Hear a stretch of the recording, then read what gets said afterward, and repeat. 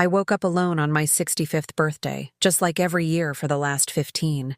The quiet of my Portland apartment was deafening. The only sign of life was the old coffee maker sputtering in protest, and a single card from my church group sitting on the table. That, and a faded photograph of my son, frozen at 25, smiling, unaware that it would be the last picture I'd ever take of him. 15 years without a word.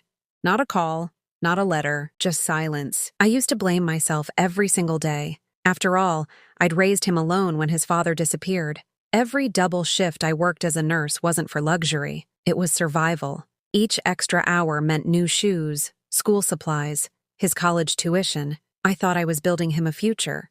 Turns out I was building a wall. To him, my sacrifices looked like control. My protection felt like interference. The last time we spoke was about money. $5,000 he wanted to invest in some startup called MedTech Solutions. I said no. That money was all I had in case something went wrong. He called me controlling, said I never trusted him. And then I said something I'll regret until my last breath. You want my money, not my love. He walked out that night, 15 years ago. This morning, staring at his photo, I whispered, "Happy birthday, son." We shared the same day. He was turning 40. The same day, the same world, but miles apart. I didn't plan to drive to Seattle that day, but something inside me snapped. I couldn't take another year of silence. 3 hours later, I stood in front of his beautiful 2-story house, the kind of place my nurse's salary could never have bought. Laughter spilled from inside. Through the window, I saw balloons, a cake, a crowd. His life looked complete. Mine was a ghost. I rang the doorbell with trembling hands. When Richard opened the door, his smile died instantly. His wife, Vanessa, appeared behind him, her expression sharp and cold. "This isn't a good time," she said flatly. "I just came to wish you a happy birthday," I managed. "You're not welcome here, Mom," Richard replied, voice low but final. Then the door closed, leaving me outside, alone on our shared birthday. As I turned to walk back to my car, I caught a glimpse of a little boy running inside, my grandson, the one I'd never met. That night, staring at my empty apartment, I whispered to the dark, maybe this year will be the last time I try. But something deep inside me knew it wasn't over yet. What happens when a mother finally gives up, only to meet someone who changes the course of her life forever? Weeks turned into months after that awful birthday. I tried to lose myself in volunteer work at the local library, sorting donated books that didn't care who you were or what mistakes you'd made. The smell of paper and dust became my company. And silence, my only friend. That's where I met Eleanor, a retired attorney with silver hair, sharp eyes, and the kind of presence that could see through any excuse. She sat beside me one afternoon, watching me struggle to smile. "You're carrying something heavy," she said softly. I tried to laugh it off, but the truth spilled out. 15 years of rejection, the birthday door slammed in my face, the grandson who didn't even know I existed. She listened without judgment, just quiet understanding. When I was done, she asked one question that stayed with me. "Have you ever told him the truth? Not the version you think he wants to hear? The real truth?" That night I wrote until my fingers cramped. I told Richard everything. How I'd worked myself to the bone so he could have the life I never did. How fear, not control, had driven me to hold on too tight. I told him I still loved him, that I missed him, that I wanted, more than anything, to meet my grandson before time ran out. No excuses, no defense, just truth and an apology. 3 weeks later, a manila envelope arrived. My heart raced like a child's on Christmas morning. I tore it open and froze. Inside were shredded pieces of my letter, torn into tiny bits. A yellow sticky note rested on top. "Stop trying to be part of our lives." The world went quiet. I sat there for hours. The pieces of paper scattered across my lap, pieces of my heart. 15 years of birthday cards and gifts for a boy I'd never met were packed away in boxes in my closet. That night, I added one more thing to that box, the letter he'd destroyed. The next morning at the library, I overheard someone mention Richard's promotion, vice president of marketing at Bright Path Industries, not MedTech, the company he'd once begged me to fund. A quick search later, I saw that MedTech had gone bankrupt years ago. I should have felt vindicated, but all I felt was empty. That night, I whispered to the silence, "Enough chasing ghosts. Maybe it's time to live for me." I didn't know it yet, but that small decision would change everything. What if the woman the world forgot suddenly held a winning ticket worth more than her son could ever imagine? It was a gray Tuesday morning, the kind where even the sky seems tired of pretending to be blue. I was standing in line at the corner store, clutching a carton of milk and a loaf of bread when I saw it. A bright poster near the counter that read, Mega Lotto, $120 million jackpot, last day to buy. Normally I'd scoff. But that day, something inside whispered, why not? Maybe it was boredom, maybe pain, maybe the smallest flicker of hope I didn't know still existed. I handed over 2 crumpled dollars and bought a single ticket. Good luck, ma'am, the cashier said. I smiled, the polite, automatic kind, and walked out without thinking twice.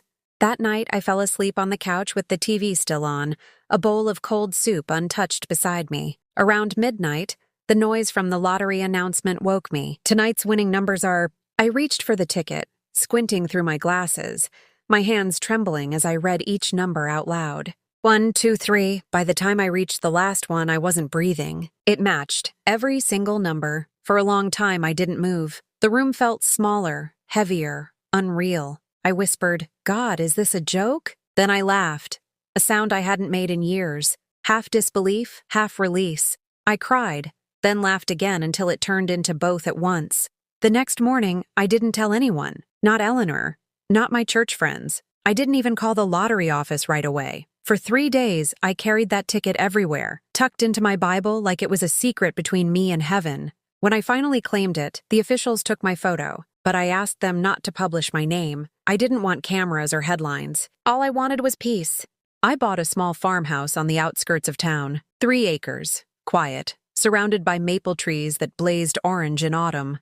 I started painting again, something I hadn't done since nursing school. For the first time in decades, I woke up without guilt. No hospital alarms, no schedules, no apologies. And yet, every evening, when the sun dipped below the horizon, I'd look out the window and wonder, did my son ever think of me? Would he even care if he knew? I could buy anything now, but not the one thing I wanted most. My family back. When the world finally gives you everything you ever wished for, what happens when the one person who rejected you comes knocking on your door? 2 years slipped by quietly. My little farmhouse had become a sanctuary. Birds in the morning, rain on the roof at night, and paint stains on my fingers that made me feel alive again. I'd started donating anonymously to local hospitals and schools, places I once worked in, giving without being seen. It healed something inside me. Then one crisp autumn afternoon, a black sedan pulled into my gravel driveway. I knew that car before the man even stepped out. Richard. He looked older. Tired lines carved around his eyes. A suit too expensive for someone trying to look humble. I froze, paintbrush still in hand, as he walked toward me. Hi, Mom, he said softly. The word sounded strange, like a memory trying to come alive again. I wanted to hug him, to scold him, to cry. But all I managed was, what brings you here, Richard? He hesitated. I heard about your win. From someone at the state office. They said you kept it private, so that was it. The silence between us suddenly made sense. It wasn't guilt that brought him back. It was curiosity, or maybe need. He stepped closer. I didn't come for money, he added quickly, as if he could read my thoughts. I came because I realized how wrong I was. But his eyes, they flickered, nervous, calculating. The same way they had that night 15 years ago.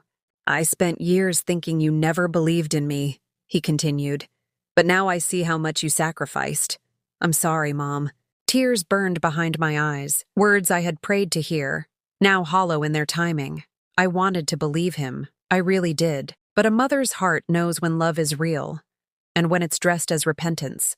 Still, I invited him in. We sat at my small kitchen table, the same one I'd bought secondhand decades ago. He told me about his company's struggles, the layoffs, the debts. I listened, silent, while my heart broke in slow motion. Maybe I could invest in your business, I offered carefully. Not as a handout, as a partner. His relief was instant. Mom, that would mean the world. I smiled faintly. Let's take it one step at a time. When he left, the farmhouse felt colder. The silence that once comforted me now pressed against my chest.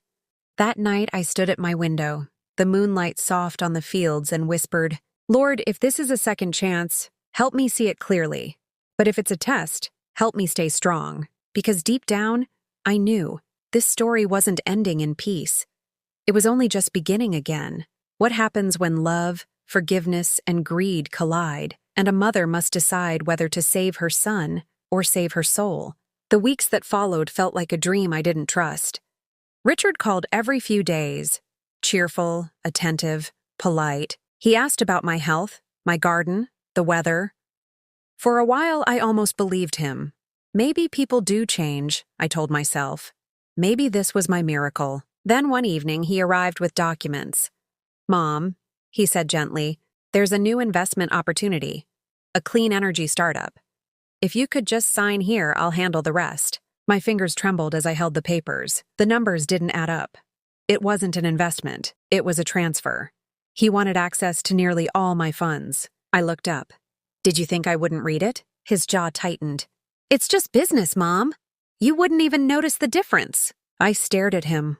My son. The little boy who once held my hand crossing the street. The man who'd become a stranger chasing the very thing that had torn us apart. "Richard," I whispered, "you already took enough from me. Don't take my peace too." He stood abruptly, anger flashing behind his mask. "You always thought you were smarter than me, controlling even now."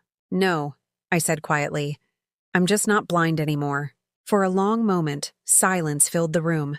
Thick, painful. Then he turned and left without another word. That night, I cried, not because of the money or the betrayal, but because I finally accepted something I'd refused to believe. You can love someone deeply and still need to let them go. Days later, I received a letter. Not from Richard, but from Vanessa, his wife. Inside was a photo of my grandson, now 7, with a note. "He asks about you. Maybe one day you can meet." I smiled through tears. Maybe the story wasn't over after all, just rewritten by time and grace. Months passed. I set up a charitable foundation in my son's name, the Richard Hope Fund, dedicated to helping single parents afford education for their children. I didn't do it for recognition or forgiveness. I did it because pain doesn't have to end where it began. It can bloom into something better. On my 71st birthday, I painted a sunrise. Bright gold spilling over quiet hills. A new beginning. I whispered to the empty room. Some doors close forever. Others lead you home. Then, as if life itself were listening, the phone rang. A small, uncertain voice on the other end said, "Grandma? Mom said I could call you." My heart stopped, and for the first time in years, it didn't ache. It simply felt full. Sometimes the miracle isn't the fortune you find. It's the peace that finds you when you finally stop chasing what left.